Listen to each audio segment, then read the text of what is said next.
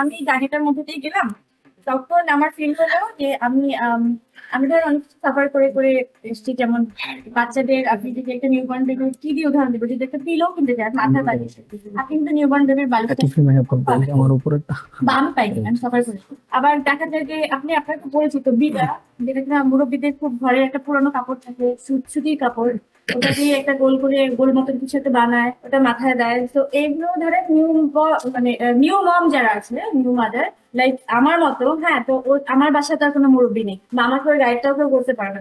তো এই জিনিসটা নিয়ে আমি সাফার করেছি। আমার মনে হচ্ছে এরকম অনেক মায়ের আছে যারা এই জিনিসটা নিয়ে সাফার করে। আমি নানা ধরনের নানা কিছু নিয়ে বলতে পারি। ধরেন ম্যাটার্নিটির একটা কাপড়ও যদি বলি, প্রথমত আমি ওই কাপড়টা নিয়ে যখন সাফার করেছি, বিশ্বাস করেন, আমি আমি কোথায় কিনবো, আপনাকে যদি জিজ্ঞেস করা হয় আপনি 3 মিনিট চিন্তা করবেন, মানে অন্তত 3 সেকেন্ড চিন্তা করবেন, আচ্ছা আচ্ছা, আমি কোথায় ঠিক করবো, কোন দোকানটা আছে এটার জন্য। আলাদা করে কিন্তু কোনো দোকান নেই। হয়তো অনেক ড্রেসের মধ্যে আপনি খুঁজে খুঁজে বের করবেন যে মায়েদের জন্য ম্যাটার্নিটির সময় কি কাপড়টা, মানে মানে গর্ভের সময় কোন কাপড়টার সাথে পরতে পারে।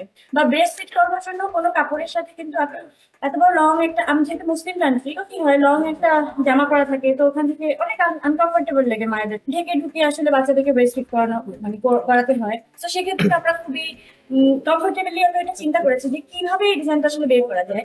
লাইক আমরা জিপার সিস্টেম করেছি এখান থেকে, যত সহজে মায়েদেরকে আসলে এই হেল্পটা আসলে করা যায়। এটা বিজনেস প্লাস চ্যারিটিও বলতে পারেন।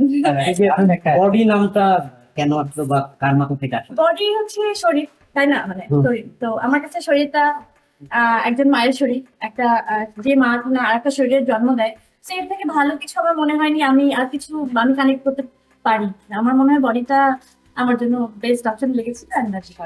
ডিসকাউন্ট আমার সারা জীবন এখানে ডিসকাউন্ট। আমি কখনোই মানুষের, এটা আমি আসলে বললাম না যে শুধু ব্যবসা নিয়ে আসি, ব্যবসা নিয়ে আসলে তো আমি দেখেন, আমি যে কোনো ড্রেস করলেই ধর এটা আসলে পরির ব্র্যান্ড, আমি তো ব্র্যান্ডের নাম দিয়ে দিলাম, হ্যাঁ, দেন এটা বিক্রি হবে, খুব স্বাভাবিক, আপনি এটা বুঝতে পারেন। কিন্তু আমি কেন মায়ের ড্রেস নিয়ে আসলাম, মায়েদের প্রোডাক্ট নিয়ে আসলাম, কেন বাচ্চাদের প্রোডাক্ট নিয়ে আসলাম, বিকজ অফ আমার এখানে প্ল্যান ছিল যেন এই সাফারটা, আমি যে সাফারটা করেছি এরকম তো না, আমি যদি বলি একদম রিক্সা, একদম নিম্নবিত্ত ফ্যামিলি থেকেও যদি হয়, সেখান থেকেও কিন্তু এই সাফারটা যেভাবে করে, গুলশান বনানীতে বসবাস করা একজন মায়েরও কিন্তু সেই সাফারটাই আমি যেটা সর্বোপরি সব মায়েদের জন্য, বাংলাদেশের সব মায়েদের জন্য এমন এমন একটা প্ল্যাটফর্ম করতে, যারা খুব সহজে তাদের চাহিদা অনুযায়ী ঠিক সঠিক জিনিসটা আসলে পিক করতে পারবে।